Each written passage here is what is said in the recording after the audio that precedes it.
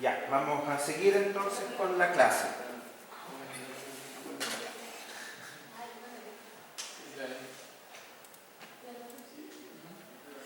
Ya. Estos R que tengo acá, que les estoy mostrando, los saqué de la SCE 7 del 2005. Ya están viejos, pero no han cambiado mucho. Y es una tabla de parámetros de diseño sísmico, que no es como las tablas que tenemos en nuestra normativa industrial y edificios urbanos, pero sí nos sirve para entender cómo funcionan estas cosas. Está la estructuración, ¿cierto? Está el valor de R que se propone para diseño, el omega 0, que es el factor de sobreresistencia de la estructuración, y el C sub D, que es el amplificador de las deformaciones elásticas para llevarlas, o sea, las elásticas reducidas para llevarlas al nivel esperado de diseño. Bien, veamos los primeros. Los primeros son los marcos de momento, ¿cierto? Pórticos no arrastrados. Tenemos pórticos no arrastrados especiales, con vigas reticuladas, no lo vamos a ver. Tenemos marcos de momento intermedio y marcos de momento ordinarios.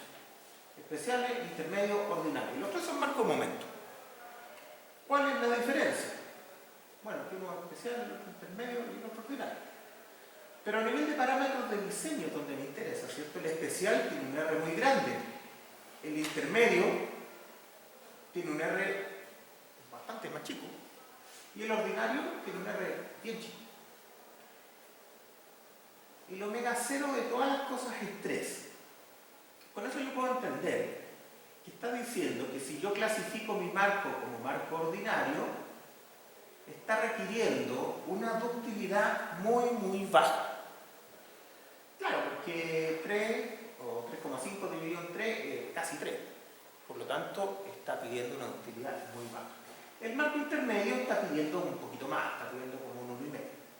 Pero el marco especial está pidiendo alta ductilidad. Y eso es. Tampoco tiene mucha más ciencia. Claro, después de esta elección es que uno entiende, bueno, si el marco especial yo lo diseño con un R grande, significa que voy a tener cargas sísmicas reducidas más chicas. Me van a salir las vigas más chicas.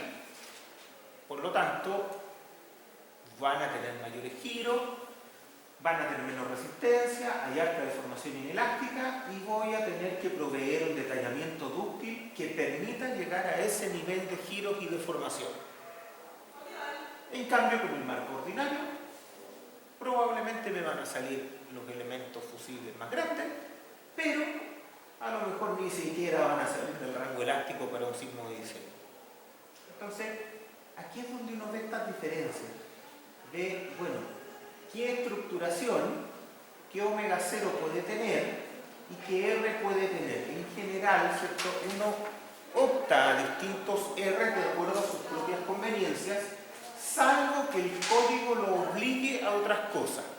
Por ejemplo, en alta sismicidad, es normal que los marcos se obliguen a ser especiales, no para diseñarlo con cargas más chicas, sino para obligar a que el detallamiento dúctil sea más grande, sea más completo y los edificios tengan más capacidad de deformación. ¿Ya? Por eso en las zonas de alta sismicidad es bastante normal que los códigos nos lleven a detallamiento especial. ¿Ya? Es lo típico. Chile es una zona de alta sismicidad en sus 3 zonas, no solo en la zona más fuerte. Bueno, ahí ustedes pueden ver todas las otras cosas, pero algo que vale la pena mirar son los pórticos arrastrados. Pórticos excéntricos, ¿no? Arrastrados concéntricamente, especiales y ordinarios, no hay más. El especial tiene un R6 y el ordinario un 3,25. Pero estos tienen un omega 0 de 2, o sea, este tiene una respuesta de leve exigencia de ductilidad, pero este exige alto. Entonces en este otro vamos a necesitar diagonales que puedan pantear de manera estable en compresión. Eso significa que puedan ciclar de buena forma y eso se logra con razones ancho-espesor exigentes. ¿ya? Y con uniones en los extremos, conexiones por capacidad esperada. Porque si no, no puede fluir la diagonal en tracción. Entonces, si yo quiero que la diagonal fluya en tracción, me importa bien poco para qué carga la definí. Lo que me interesa es que la unión pueda traspasar la atracción esperada en esa diagonal, porque si no, no va a fluir.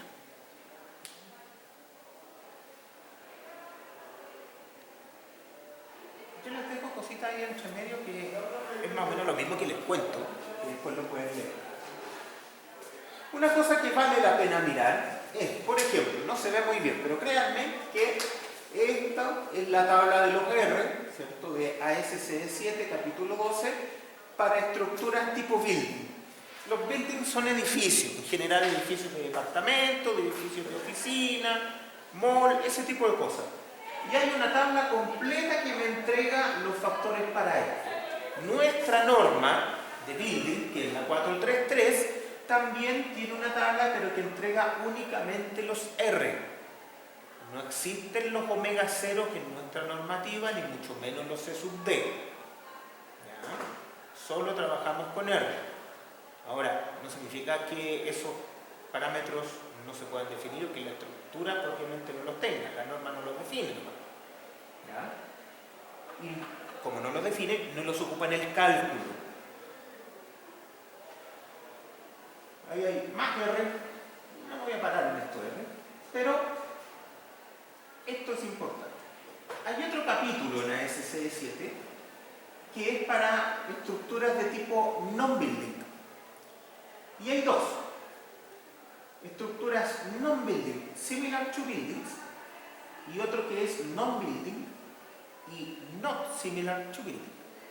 Es importante hacer esa diferencia porque cuando hablamos de estructuras que no son edificios, probablemente nos estamos refiriendo a estructuras industriales y pueden tener otros R.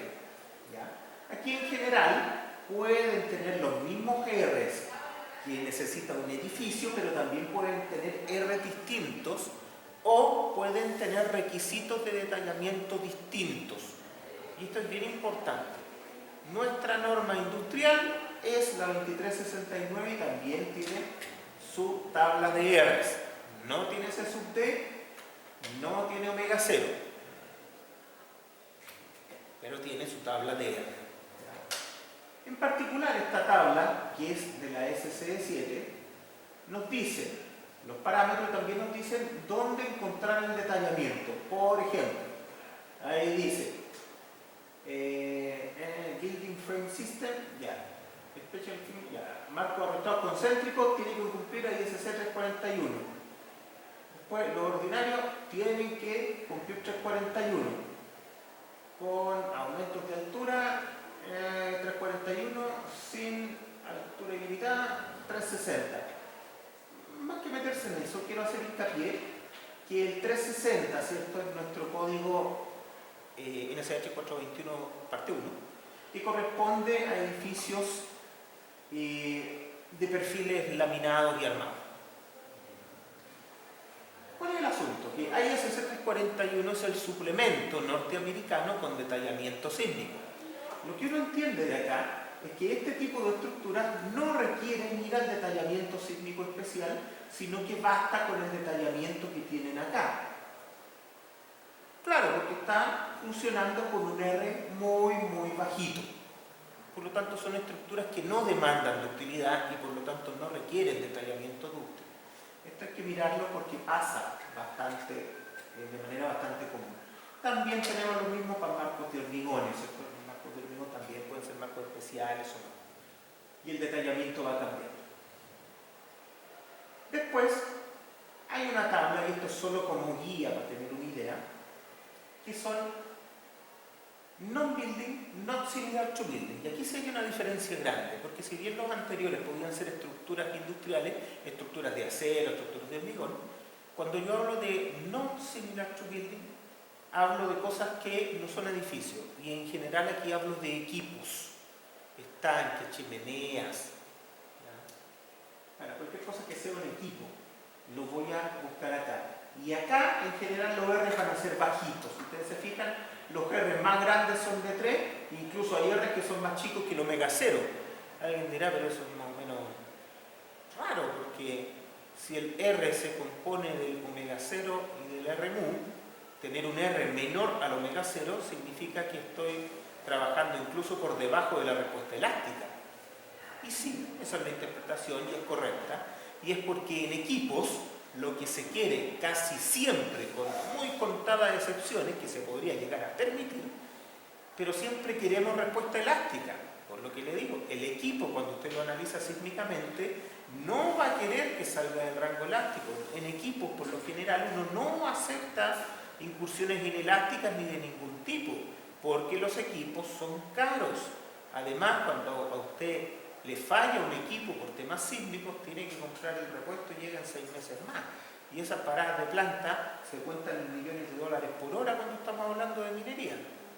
Por lo tanto, aquí no tiene absolutamente ningún sentido caer en la ductilidad. En estructuras prismáticas, ¿cierto?, de acero o de hormigón, bueno, usted va a decir, se me dañó la cuestión, voy a reparar hormigón armado o voy a reparar acero, y eso se puede de manera rápida, pero reparar un equipo no.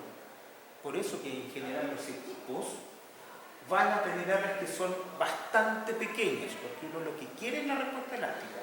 A veces no lo podrá garantizar, pero lo que quiere es que responda elástica.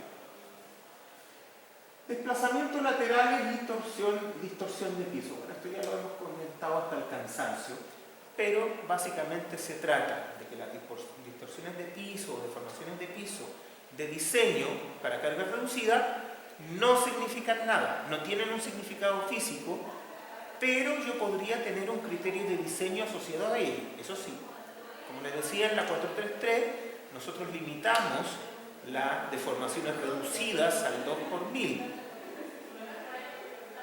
No es que las deformaciones reales estén limitadas al 2 por 1000, pero es un criterio de diseño.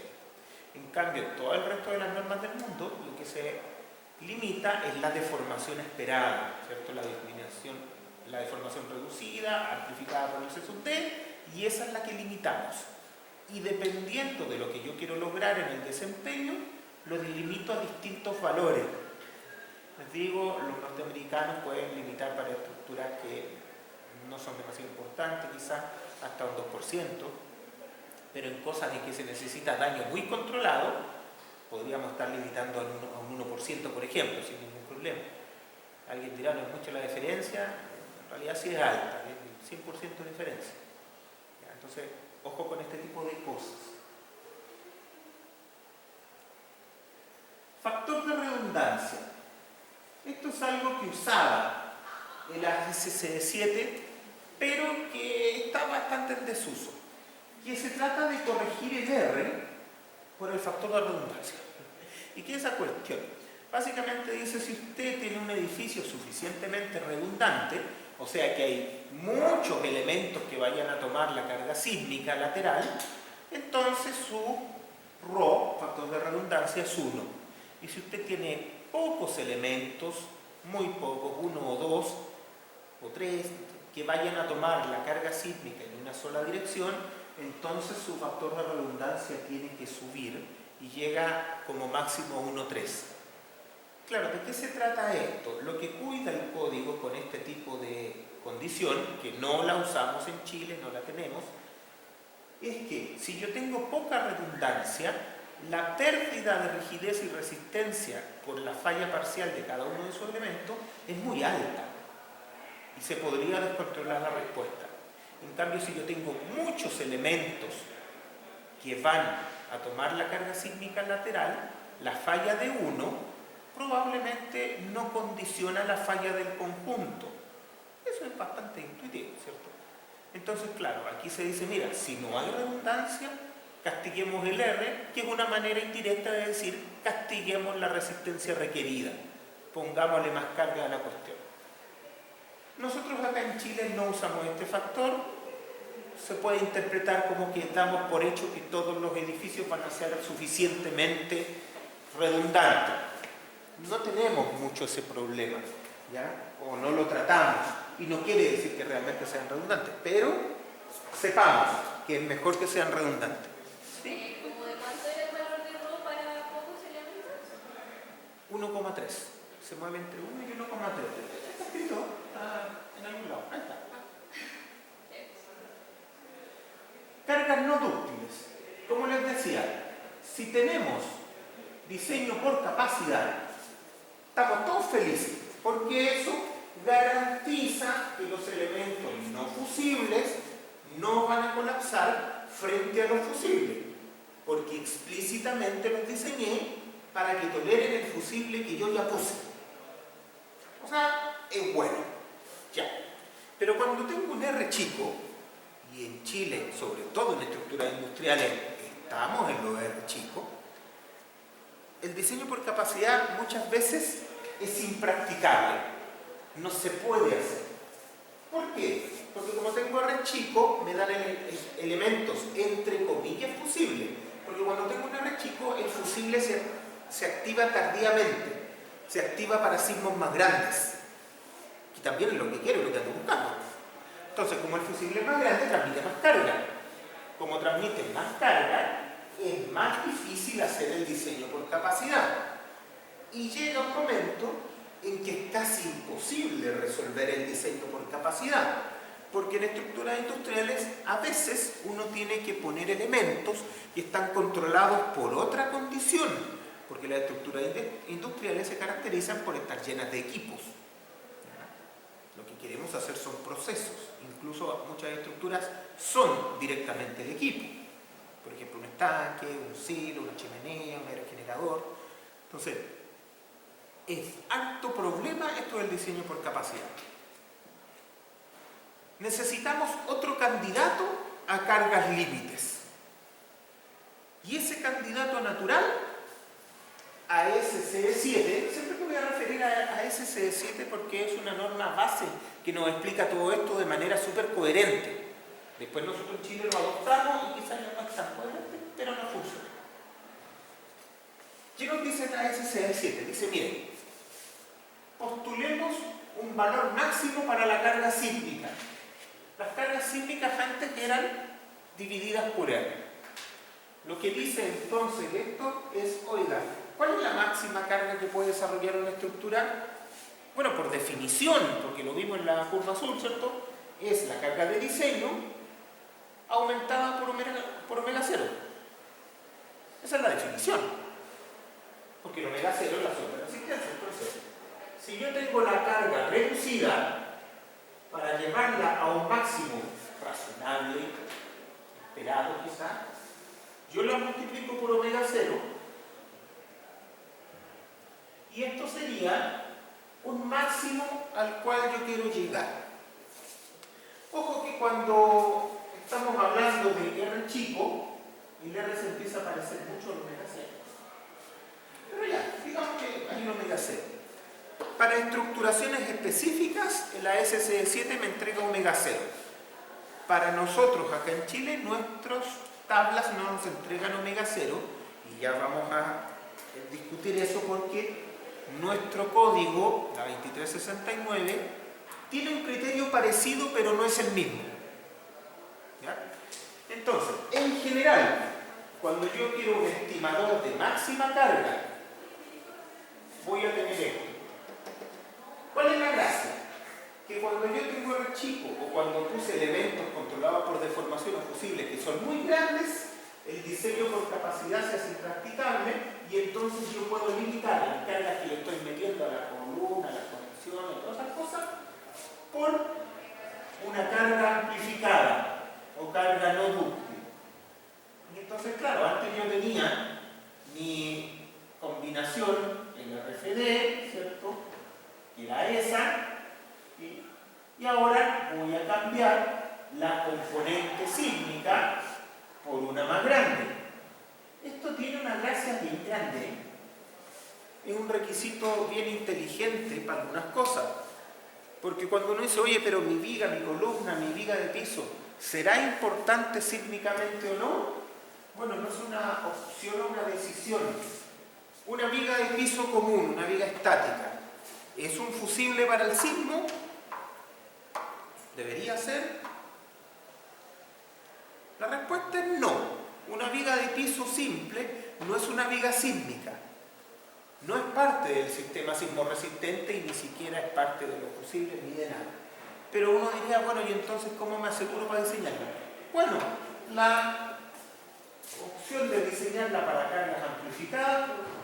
Para cargas amplificadas siempre está. Cualquier cosa que no deba desarrollar ductilidad debería ser diseñada al menos para ese nivel. Y alguien dirá, pero tú soy tonto que le vaya a pedir un desempeño sísmico a una viga de piso. Fíjense en esto. ¿Cuánta carga sísmica debería tener una viga simple y de piso? ¿Cuánto se les ocurre? Recién lo dije, en general las vigas de piso no son parte del sistema sismo resistente, por lo tanto la componente sísmica debería ser cero. Y si usted amplifica varias veces cero, va a seguir siendo cero.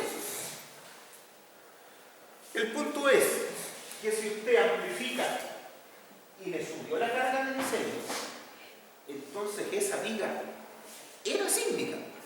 Lo que pasa es que usted no se había dado cuenta. Por lo tanto, el requisito empieza a ser bien valioso desde ese punto de vista. Porque uno dice, ok, este requisito, el verificar con carga amplificada todo aquello que no sea posible, va a detectar aquellas cosas que a lo mejor se me pasaron. Aquello que no tenga componente sísmica, no, a lo mismo no lo amplifica. Pero aquello que sí tenga importancia sísmica, lo voy a ver ahí. Y si no es un fusible y no puede pasar esas cargas, entonces tengo un problema. Entonces, ojo, tenemos esta condición que es bien útil. Las cargas no dúctiles son bastante útiles para verificar todo aquello que no sea fusible y que no deba fallar y que no puedo validar mediante un diseño por capacidad.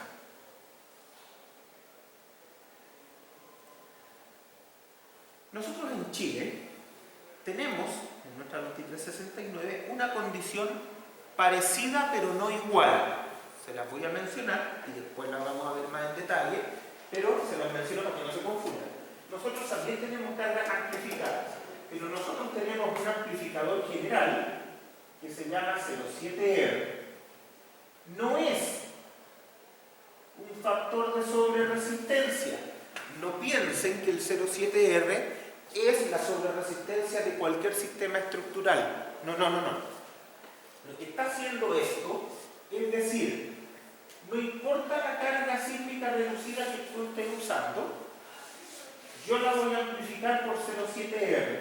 ¿Por qué? Porque al amplificarla por 07R voy a llevar la carga amplificada ahora, a un equivalente de haber usado un R1,5 o 1,40 y tal. Voy a llevar la carga amplificada siempre a un equivalente de haber usado un R1,5 más o menos. ¿Por qué? Porque ese es el nivel máximo para el cual nosotros hemos decidido diseñar. Nosotros nos acordamos, nos dimos la mano, todos aplaudieron y dijeron ya, hasta ahí vamos a diseñar. Y si las cargas son más grandes, mala suerte y seguimos para adelante. Porque no podemos llegar a la perfección cuando tenemos un problema real. La realidad de las estructuras industriales es común que no pueda hacer diseño por capacidad en todos lados.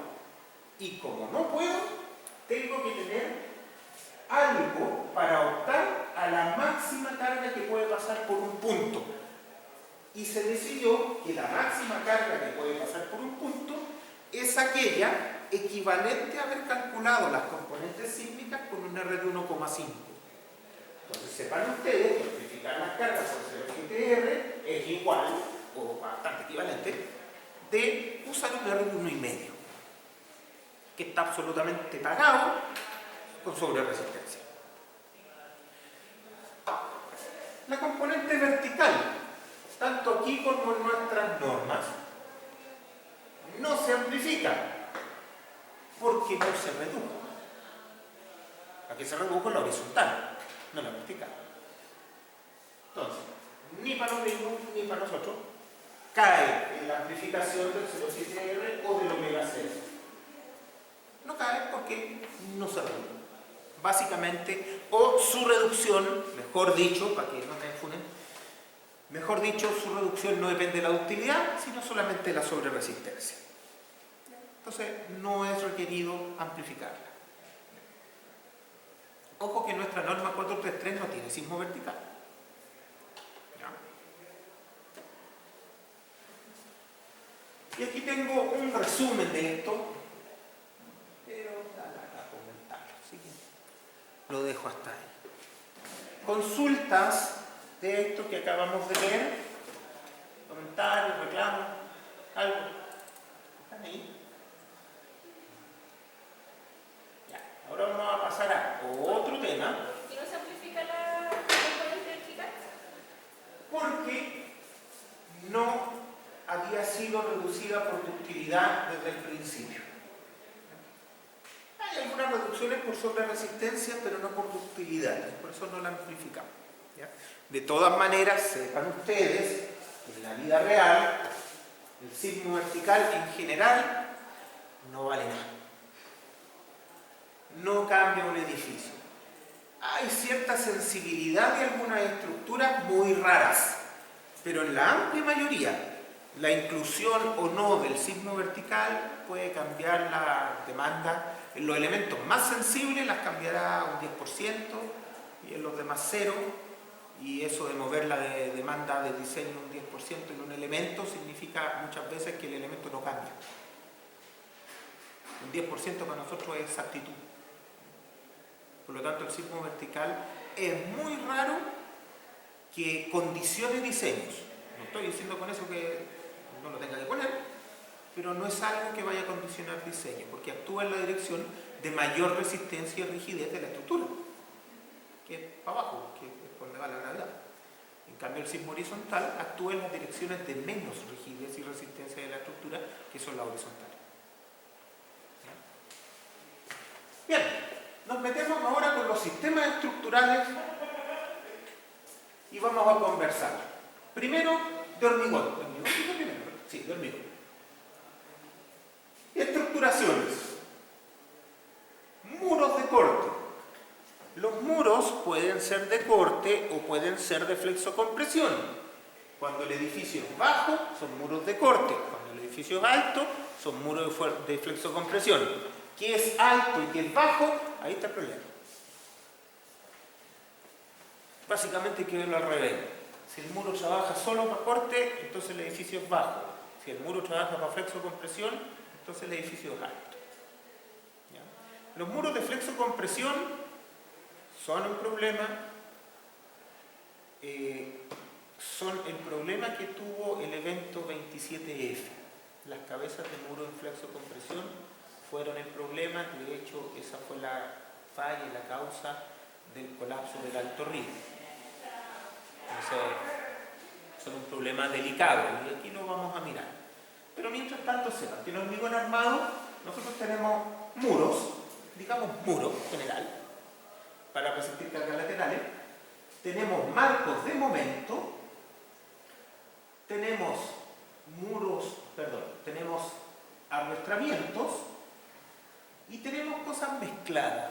En Chile es bastante común tener una mezcla entre muros y columnas, pero ellas no son columnas de marco de momento, son más columnas colgadas. Columnas que no entregan tanta rigidez lateral. Porque los muros evidentemente son mucho más rígidos dentro de su plano. Ahora, esta estructuración no es común. ¿Ya? Ustedes lo pueden ver en estacionamientos de supermercados, móviles y esas cosas, pero no es tan común arrastrar, ¿no? Cuando uno tiene hormigón armado. El hormigón armado se trabaja más como marcos porque genera muchos espacios útiles. ¿Ya? Y en edificios de departamentos se trabaja en muro, porque por la arquitectura, ¿cierto? Uno tiene que poner muro pesado, muro de hormigón, en la separación entre departamentos y también en la separación entre departamentos y espacios exteriores o comunes. Entonces ahí ya tiene muro pesado y a veces solo con esos muros ya tenemos toda la estructura. Entonces hay una necesidad funcional y arquitectónica de que algunos muros sean de hormigón armado o de albañilería confinada si son más pequeños los edificios. Y los demás podrán ser tabiquería, pero nos es muy fácil poner muros edificio chileno, que es una categoría de edificio, es conocido por tener una densidad de muros relativamente alta. Problema de las deformaciones. Cuando yo tengo un muro, y un muro que atraviesa todos los pisos y llega hasta el techo, cuando yo lo deformo lateralmente, tiene lo que se llama deformación de viga. ¿Qué es esta? Cuando yo tengo un marco de momento, tiene una deformación que se parece más a esto. Entonces es la deformación de marco. El entrepiso se va deformando más hacia abajo. Aquí el entrepiso se va deformando más hacia arriba. Esta es la deformación como si tuviera una viga en voladizo, ¿cierto? Y esto es como si tuviera fallas tipo panel. Entonces, ¿cuál es el asunto?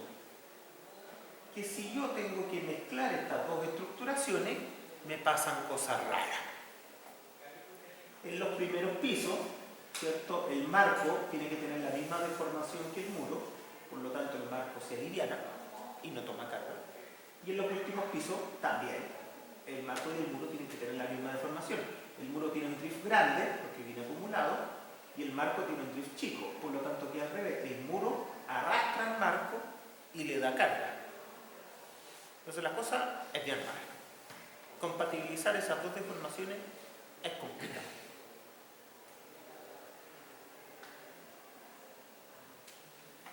Componentes de la deformación. ¿Por qué les muestro esto? Porque nuestros edificios de muro, en general, y nuestras normas, están pensando en este tipo de deformación. Básicamente en la deformación lateral de arriba, menos la deformación lateral de abajo, y eso es el drift de entrepiso. Pero no siempre es así, porque esta es la deformación de corte. Cuando tenemos edificios muy altos, la deformación está compuesta por otras cosas. Por ejemplo, aquí una deformación flexural. Si vamos a los pisos superiores, claro, la deformación entre este punto y este punto es esa de ahí. Pero la deformación de corte podría ser cero. Claro, porque esta deformación que estoy viendo aquí, en realidad es el giro de la losa por el brazo. Pero podría ser que en el entrepiso este muro no tenga deformación. Incluso es solo la acumulación de deformación hacia abajo. Y yo les pregunto, ¿cuál de estas dos deformaciones es la que hace daño? ¿La de la izquierda o la de la derecha?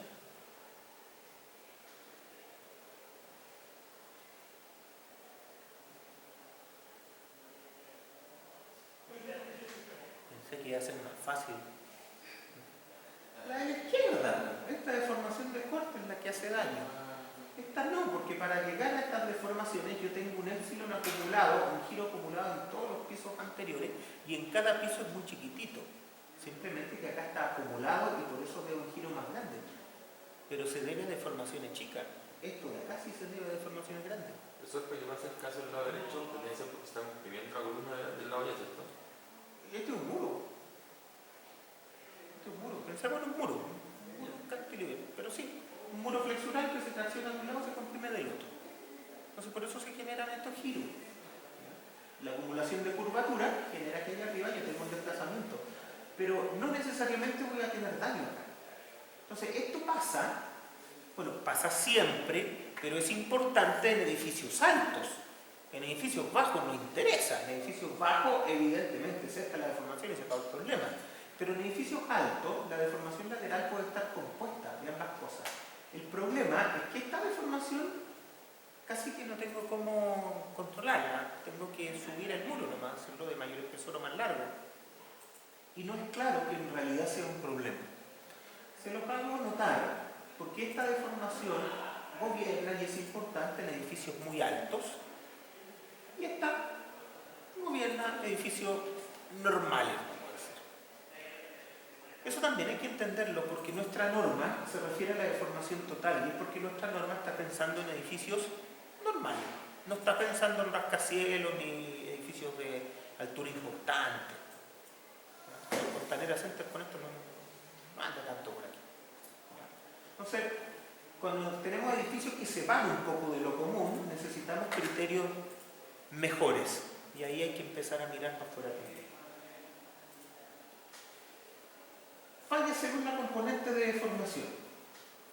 Cuando tenemos muros con perforaciones, que es bastante común también. Ventanas, puertas, todas esas cosas con perforaciones en los muros. Entonces, claro, ¿qué es lo que podría pasar? Podría pasar que estos sectores fallen o que estos sectores fallen. Más adelante vamos a ver que esto no es aceptable porque básicamente es como que fallara el muro completo, parecido a una falla de columna. Y esto puede ser aceptable debido a que básicamente mantiene la capacidad vertical del muro. Entonces esto podría ser aceptable, podría ser tolerable, podría ser mejor. Hoy por hoy la gente no quiere que los muros fallen porque no quieren que su casa haya que repararla, su departamento. Cosa que es bastante razonable, ¿ya? Pero si hay que elegir entre las dos, eso mejor que eso. La rigidez de estas cosas. Por ejemplo, aquí tenemos vigas, ¿cierto? Vigas que son bajitas. Y tenemos muros que son grandecitos. Esto se da típicamente. De hecho, a veces lo que se da es que tenemos muros en voladizo, muchos muros en voladizo, acoplados por losas sin vigas. Eso también pasa. Claro, alguien dirá, pero acoplados por losas y las losas son flexibles. Ya, acoplados con decir, porque acoplan re poco las losas. Acoplan nada, flexuralmente. Pero sí funcionan como diafragma, entonces compatibilizan las deformaciones horizontales en ese nivel, pero no le meten mucho momento al muro. ¿Ya? Es común encontrar edificios que no tengan vigas de acople entre los muros y simplemente tengan las losas. No es tan raro hoy por hoy. Y eso es lo que llamamos muros que no están acoplados. Cuando usamos vigas, los acoplamos. Y esas vigas típicamente se ponen sobre las ventanas, ¿cierto? Los dinteles de las puertas, que funcionan como disipadores de energía muy buenos para el sismo. Disipador de energía significa que se rompen y se hacen tierra. Claro, como a nadie le gusta eso, entonces mejor sacan el dintel y ponen una viga falsa de tabiquería o algo así. Claro, dice una cosa por otra. O sea, funcionan súper bien, pero se van a dañar. Y está bien que se dañen. Pero si ya no queremos que se dañe, entonces se tendrá que dañar en otra parte. Y así funciona la vida. Pues si no es ahí, es en otro lado. O sea, lo único que hacemos es tirar las fallas por otro lado. Entonces, no es tan claro que sea buena idea no ocupar vigas de acople como fusible. Y eso pasó porque se arranca las puertas, ¿no? Se trancan las puertas, se rompen las puertas, La ventana también. Entonces, causa daño, es cierto. Pero como dispositivo de disipación de energía son muy buenos. Pero el daño no estructural es algo que también controla muchas veces los diseños que nosotros hacemos. Entonces no es claro siempre cuál es la elección. Bueno, cuando uno tiene bajo acople, los muros trabajan esencialmente como vigas en voladizo desde la base. Y eso no es para nada raro. Cuando tenemos al revés, aquí por ejemplo tenemos columnas que van entre medio de esas ventanas y aparecen unas vigas muy altas o muros, ¿cierto? La diferencia entre muro, viga, todas esas cosas es media difusa. Esto sí que es mala idea. Claro, alguien dirá, pero y el otro no era mala idea, pero esto sí, esto es muy mala idea. Claro, porque si yo tengo una viga infinitamente rígida, y es básicamente lo que pasa acá, entonces voy a tener las deformaciones flexurales concentradas en las columnas, no en las vigas. ¿Se acuerdan que el marco momento trabajaba esencialmente con flexibilidad en vigas y eso funcionaba bien, está bien estudiado, toda la cosa? Esta es absolutamente al revés. Alguien dirá, ya, pero si no le pido R, si la hago elástica, entonces funciona. Dudoso. ¿Cuál es el problema que hay acá? El problema mayor es lo que tenemos acá, que se llama columna corta. Es el problema de la columna corta. En marcos de momento comunes yo tengo columnas de entrepiso, las diseño para que no fallen frente a la viga. En este caso no hay ninguna posibilidad de que las columnas no fallen. fallan frente a la viga. Por lo tanto, aquí van a fallar las columnas. ¿Cuál es el problema de que falle una columna corta? Bueno, pero le daré utilidad, le daré resistencia, le daré alguna cosa y a lo mejor no es tan malo. Ya. Si yo trato de hacer un diagrama de cuerpo libre de esa columna, ¿cierto? Voy a sacar la columna. Acá. Ahí está la columna. Bueno, la viga de arriba y la viga de abajo son rígidas, así que esta columna va a llegar a su máximo flexural, que depende de la compresión, pero digamos que no es tan importante. Va a llegar a su máximo flexural. Como es columna, tendrá una armadura simétrica, así que digamos que acá va a llegar a un M esperado y aquí va a llegar al mismo M esperado. Y la columna tiene un largo L. Ya. Va a tener su armadura. Si se plastifica abajo y arriba, va a ser este el diagrama de cuerpo libre de la columna. Es como intuitivo. ¿Qué es lo que pasa con esto? Que estos momentos, para que esto esté en equilibrio, generan corte. Corte. V sub N. Eso. Bueno, el corte de arriba y el corte de abajo es el mismo por equilibrio. ¿Y cuánto vale ese corte? ¿Cierto? Si hago equilibrio, me sale, como los momentos son iguales, y como momento respecto a esto, me sale que el corte vale 2m partido por L. ¿Cierto? Yo quiero que la columna falle por flexión, porque por corte me voy a la punta del cerro. O sea, porque no es dúctil en hormigón. En acero sí, pero en hormigón no. Entonces, aquí la lógica me dice, yo no puedo fallar por corte, por lo tanto tengo que enfierrar esto al menos para esto. Si yo quiero que se produzca esto, tengo que darle la resistencia por lo menos de eso, porque si no va a fallar por corte y no quiero, porque no hay capacidad de formación. Ya, si la columna es larga, esto no tiene problema, la enfierro para ese VSUE. De hecho, eso es lo que vamos a hacer cuando lleguemos al detallamiento de marcos de momento. Vamos a enfierrar para el VSUE. Pero cuando el L es chico, esto se me dispara. Se dispara el VSUE. En particular, se dispara tanto que yo no puedo tomarlo con la columna. No puedo meter tanto fierro para resistir ese VSUE. Y la columna corta falla por corte. Y el corte no tiene ductilidad. Ese es el problema real. Si yo en esa columna corta pudiera generar esos momentos, ¿cierto?, que disipen alta energía y que no falle por corte, a lo mejor sería aceptable. Quizás no es buena idea, pero podría llegar a algo. En la realidad, si la columna es corta, se me dispara este valor y no puedo tomarlo. Y si no puedo tomarlo, estoy sonado porque no hay ductilidad en esa falla. Ese es el problema de la columna corta, la concentración del corte. ¿Ya? No es que yo no pueda enfierrar para el momento, yo voy a poder enfierrar para el momento. ¿A qué se refiere con corte cuando la razón es comparación con la viga de alguna razón específica o no? ¿Columna corta? Sí. Que tiene un L bajo. Ya bueno, el L bajo depende del ancho de la losa, ¿no? No. Acá estamos hablando, ¿cierto?, de elementos acá que quedaron chiquititos porque las pasadas son muy grandes. Por cualquier razón. En general esa razón son ventanas, puertas, ese tipo de cosas. ¿Ya? Entonces, cuando se genera esto, tengo ese problema.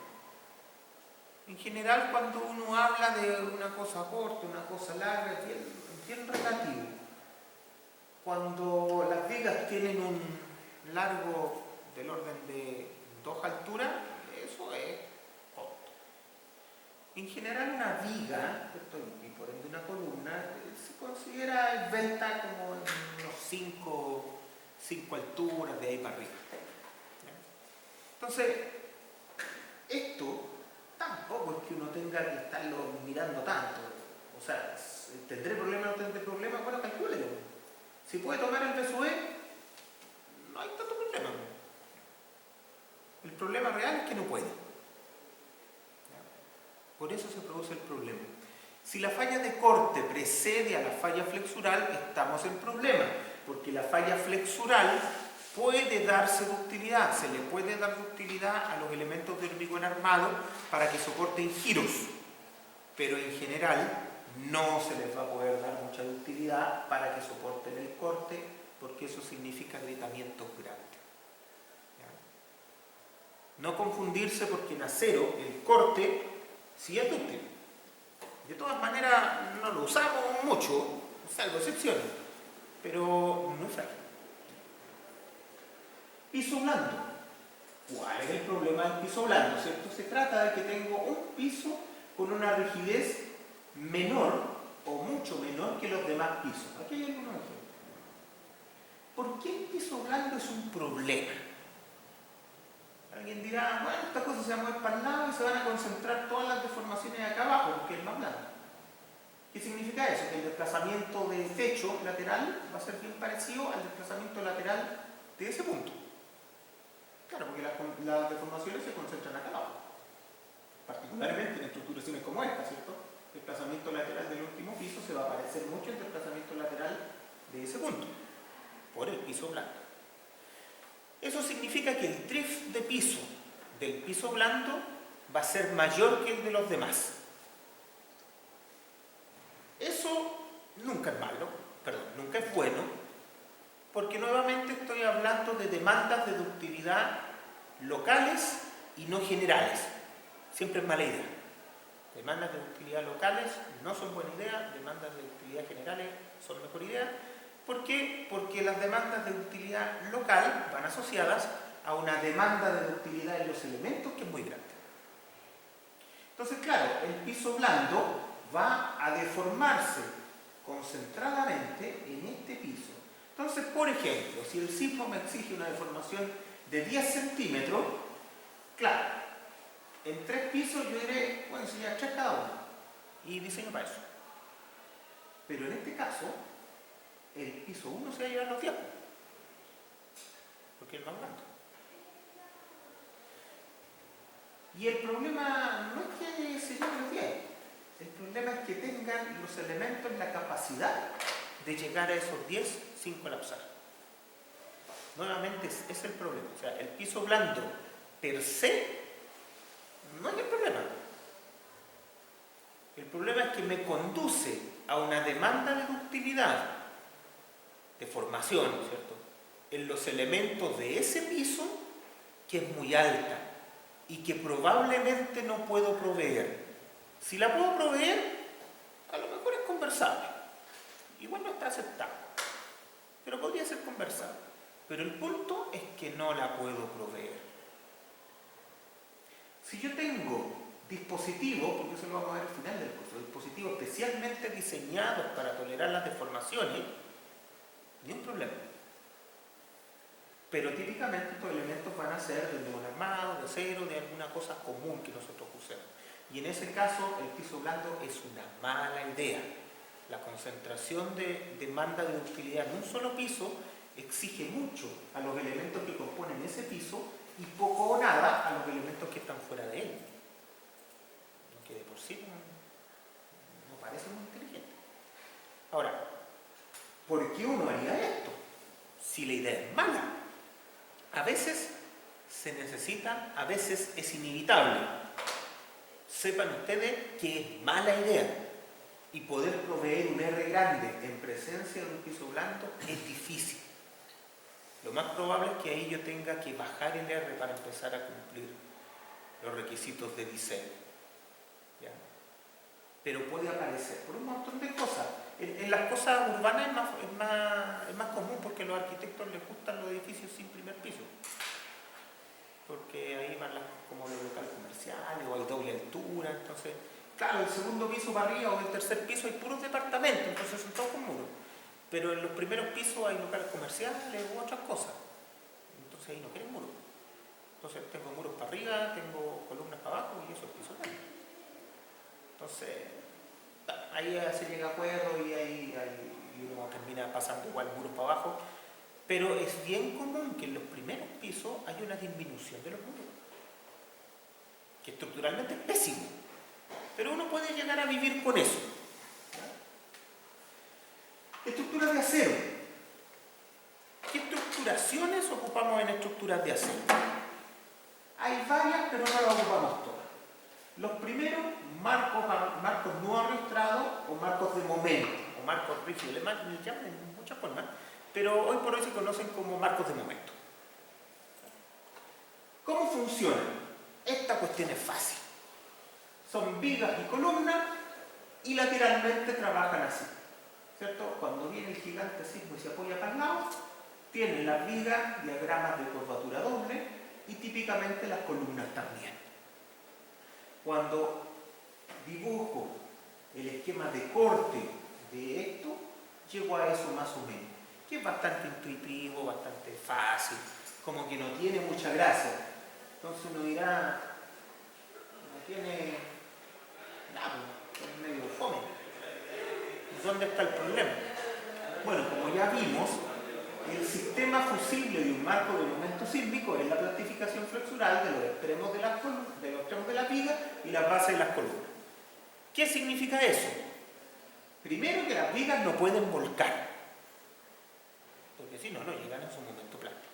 Y tampoco pueden tener problemas de pandeo local. Por lo tanto, tienen que tener alas y alma gorditas. ¿Qué otra cosa no se ve acá? Bueno, cuando uno modela estas cosas, los modela así, hace modelos como a eje. Y esos elementos son prismáticos, así que los modelo con un elemento uniaxial, nada más, no me complico tanto. Pero el problema precisamente es aquello que yo no modelo, el nudo. En marcos de momento, el nudo es un problema grande. El nudo genera, ¿cierto?, zonas panel y genera concentraciones de corte y cargas concentradas que son muy, muy grandes. Ese es un problema. ¿Ya? Yo sé que todas estas cosas lo vieron en su curso de acero, pero vamos a repasarlo un poquito. ¿Ya? El nudo de los marcos de momento es el problema más grande en el diseño de los marcos de momento. Típicamente, ya les digo, las zonas panel, que es aquella definida por las alas de la columna y los atizadores de continuidad, no dan y hay que reforzarlas. En Chile, como usamos perfiles armados, ¿para qué las vamos a reforzar? Podemos hacer recambio local del alma. Y normalmente el recambio es del espesor del doble para arriba. Es muy raro que cumpla. Tan raro que nunca me ha pasado que haya cumplido.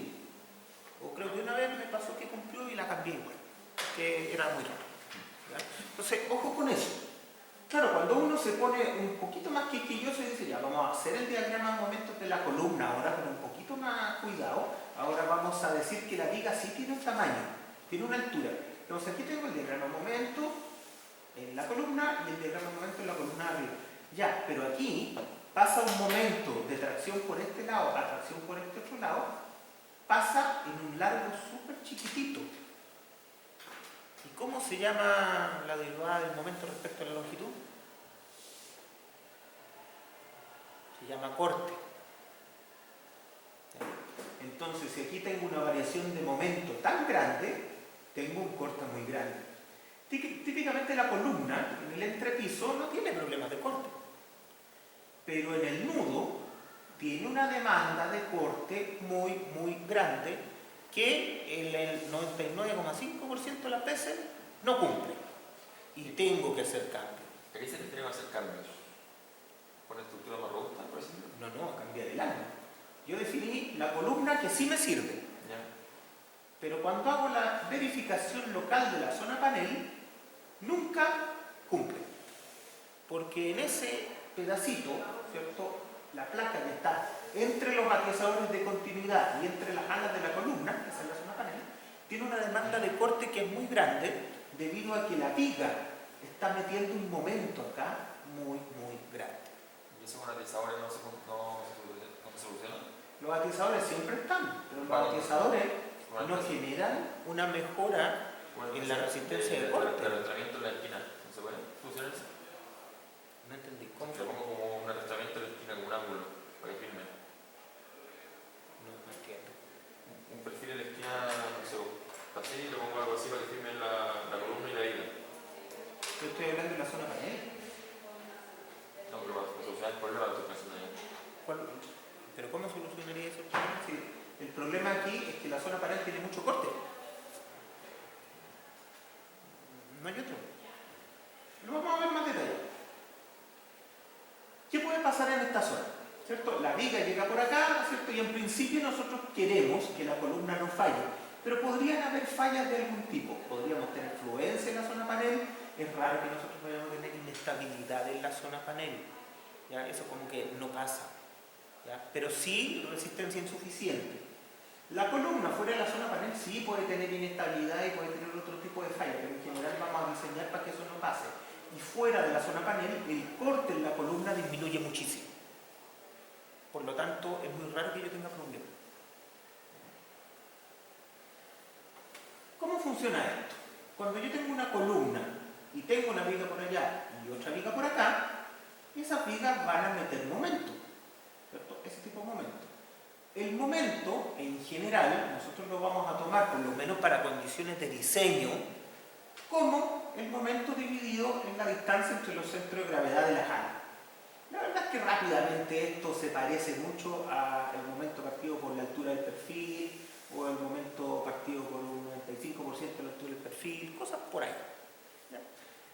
Y esto nos lleva a que aquí aparecen unas fuerzas concentradas muy grandes, ¿cierto? Ahí y ahí aparecen fuerzas concentradas muy grandes, que típicamente las resolvemos con los atizadores de continuidad, que no son más que atizadores de carga y se calculan como atizadores de carga igual como ustedes lo hicieron en el curso de acero.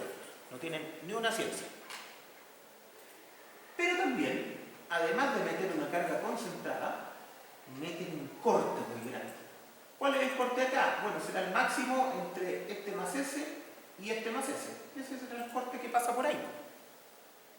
Y si las vigas están a nivel de fluencia esperada, es un corte súper grande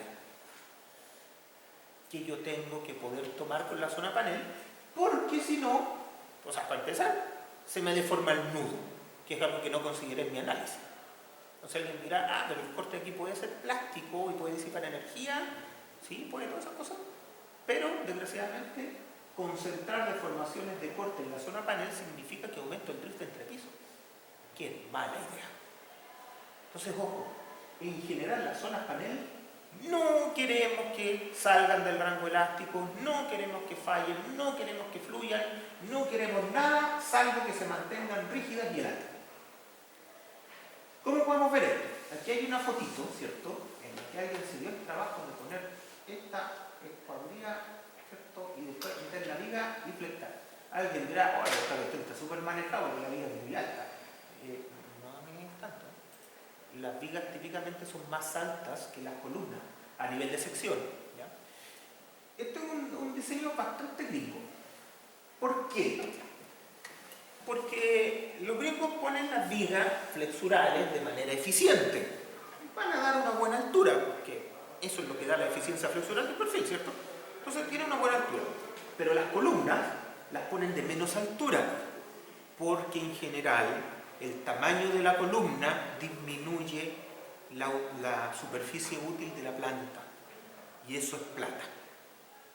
Tenemos el mismo problema en el espesor de muro. Cambiarle a un arquitecto un muro de 20 por un muro de 40 significa disminuirle los metros cuadrados a los espacios, y eso es plata. Entonces, en general, los elementos verticales que hacen que disminuya el espacio útil en planta, yo tengo que hacerlo justito. A lo mejor aquí querría poner una columna de la misma altura de la viga, pero me hago famoso. En estructuras industriales no es tan así. En estructuras industriales yo me podría dar el lujo de poner quizá el perfil columna igual que el de viga, pero en edificio no.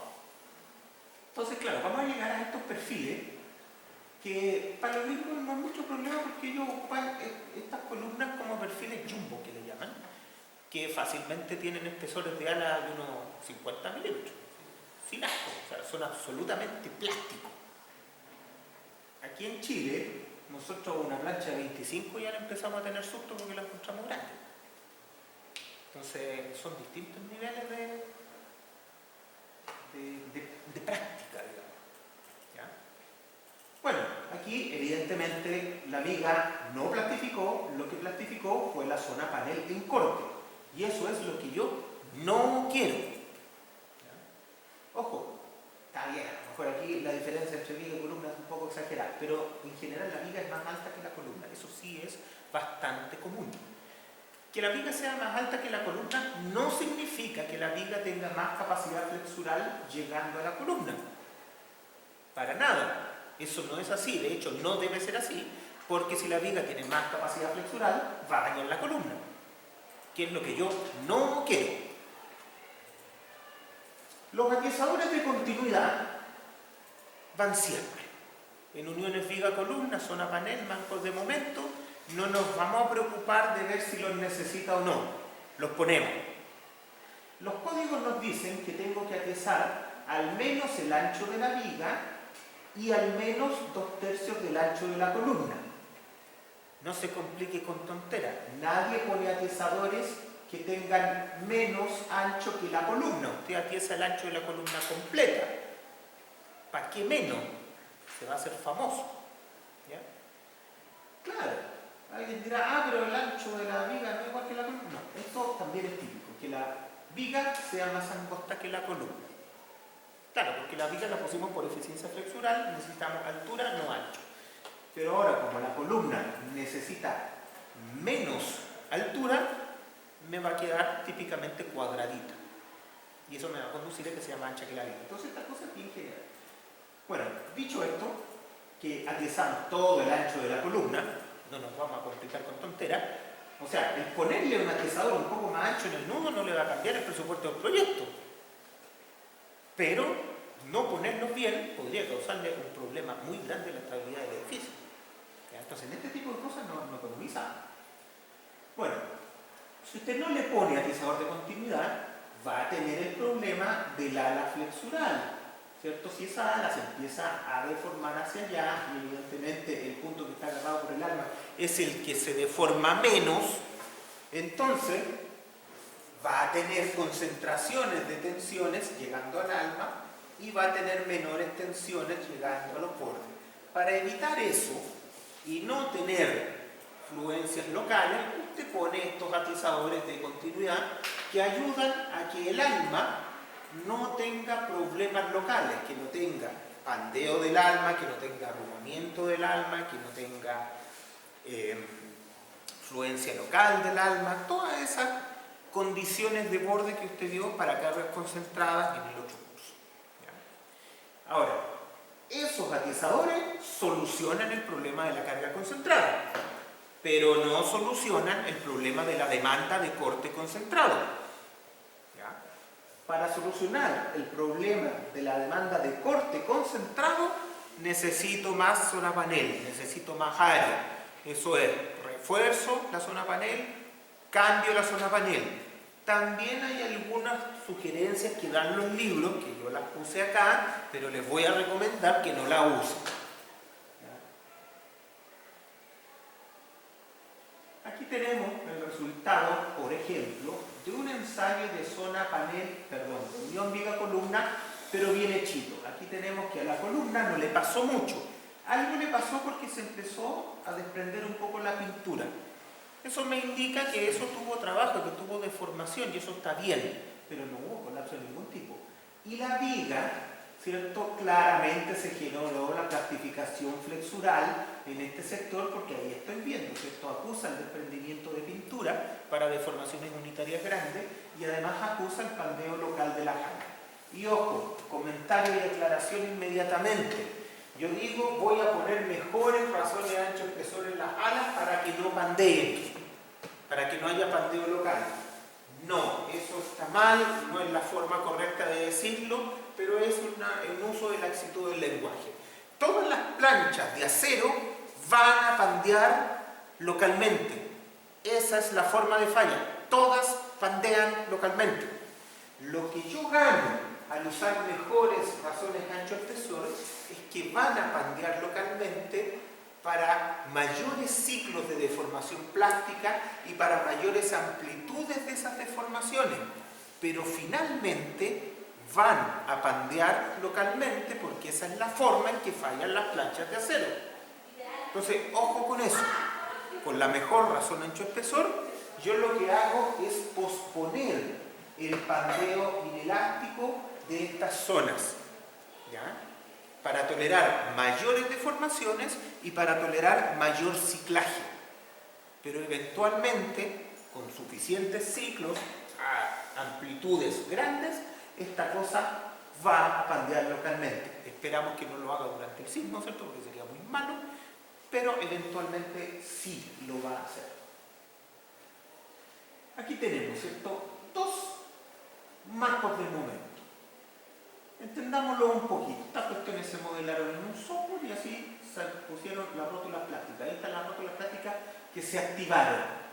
Fíjense, acá se activaron rótulas plásticas en las columnas abajo y arriba, y en las columnas y en las vigas del primer piso, pero la plastificación no subió mucho, salvo acá, ¿cierto? No subió demasiado.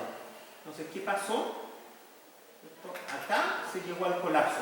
Esta caída que se ve acá, ¿cierto?, típica de los software, esta caída, significa que la rótula se cerró. Eso es el lenguaje técnico. Pero básicamente significa que una de esas rótulas, o varias, alcanzaron su deformación máxima y colapsaron, o alcanzaron su ciclaje máximo. Probablemente en este software no hay degradación por ciclaje, pero podrían haber alcanzado su ciclaje máximo y también colapsar. Eso se refiere cuando alguien dice no, se cerró la rótula, que algo colapsó. Entonces, claro, aquí se murió y aquí se murió.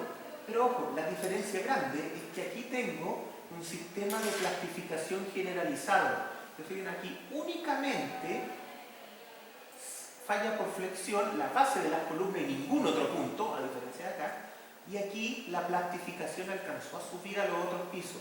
Típicamente en la vida real pasa esto, que la plastificación igual va a ser mayor en los primeros pisos porque tengo más drift, y si tengo más drift, tengo más giro en los elementos que están en ese piso. ¿Ya? Y hacia arriba el drift va disminuyendo, típicamente, entonces voy a tener menos elementos que salgan del rango elástico, pero igual tengo aporte de los pisos superiores y eso me da más ductilidad. Por eso que acá se logró una ductilidad de 4 y acá una ductilidad de 2. ¿Se fijan? Esto ya es más realista, estructuras reales, modeladas, ¿cierto? Y con análisis no lineal, análisis de desempeño. Entonces, ojo con esto. Siempre la plastificación generalizada me va a conducir a mayores ductilidades globales y menores demandas de ductilidad locales, que es lo que ando buscando siempre. Porque es más fácil proveer menor ductilidad local. ¿Cómo funciona esta cuestión? Aquí tengo, ¿cierto? Ya lo vemos más de cerca. Tengo la rótula plástica. Aquí ya empezamos a reconocer que las vigas de las columnas tienen tamaño y no son elementos de tamaño cero. Normalmente la rótula plástica no está pegada al eje de la columna, esencialmente porque tendría que estar dentro de la columna y eso no pasa. El lugar donde más próximo podría estar es en la cara de la columna. Típicamente no se forma ahí. Normalmente se forma a una cierta distancia de la cara de la columna. Hablamos entre una altura de viga más o menos, 2 alturas de viga, esa es la zona. Tampoco más adentro, pero entre 1 y 2 alturas de viga es alto. No, más poquito. Entonces, ok. Esta cosa, cuando se deforma, y esto quiero que se entienda, cuando se deforma el entrepiso, por ejemplo aquí, el entrepiso giró teta. ¿Cuál es la demanda de giro en la viga? Claro, alguien dirá, bueno, si la viga yo la modelé en el software llegando ahí, bueno, el giro de la columna va a ser igual al giro de la viga. Pero eso es mentira. Porque la rótula plástica se produce más adentro. Y entonces se produce una magnificación del giro. El piso giró teta, pero la viga giró teta P, que es L, dividido por L', que es la distancia entre estos. Si típicamente una viga tiene, voy a inventar, una viga tiene un largo de, no sé, pongámosle unos 15 veces la altura, una viga cíclica, más o menos. Y la rótula plástica, digamos que está a 2 alturas de viga del eje. O sea, tendría un 15 sobre 15 menos 4, un 15 sobre 11. O sea, más o menos 1,5 veces más el giro. ¿Se fijan? O sea, el amplificador del giro acá es importante. Porque si yo estoy diciendo, mira, yo tengo un drift de entrepiso de un 1% esperado, estoy diciendo entonces la liga está girando a un 1,5%. Y eso es mucho, es bastante. Para tener números en la cabeza, ¿ya? Cuando hablamos de marcos especiales, estamos hablando de vigas que tienen un detallamiento para poder alcanzar hasta unos 4% de radial. Un giro de ese tipo, 4% de radial. Así se ensayan y así se validan. 4% de radial de manera estable, ¿cierto? Sin colapsar y toda la cosa. Cuando hablamos de marco intermedio, hablamos de vigas y uniones que puedan alcanzar del orden del 2% de radial. Nos bajamos a la mitad, ¿no? Más o menos eso. Lograr el 4% es relativamente complejo. Razones de ancho espesor, detallamiento, no es fácil, pero se puede. Lograr el 2% es relativamente fácil. ¿Cuál es el punto? Que yo tengo que saber más o menos cuánto es lo que yo espero para poder saber dentro de lo que estoy. Imagínense, aquí si yo tengo un drift de entrepiso, ¿cuánto es el máximo que me permiten las normas norteamericanas? Un 2%.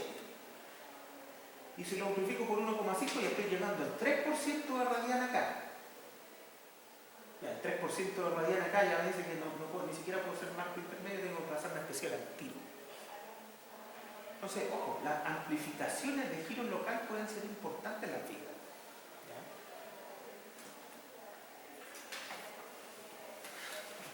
¿Tiempo? Se me acabó el tiempo.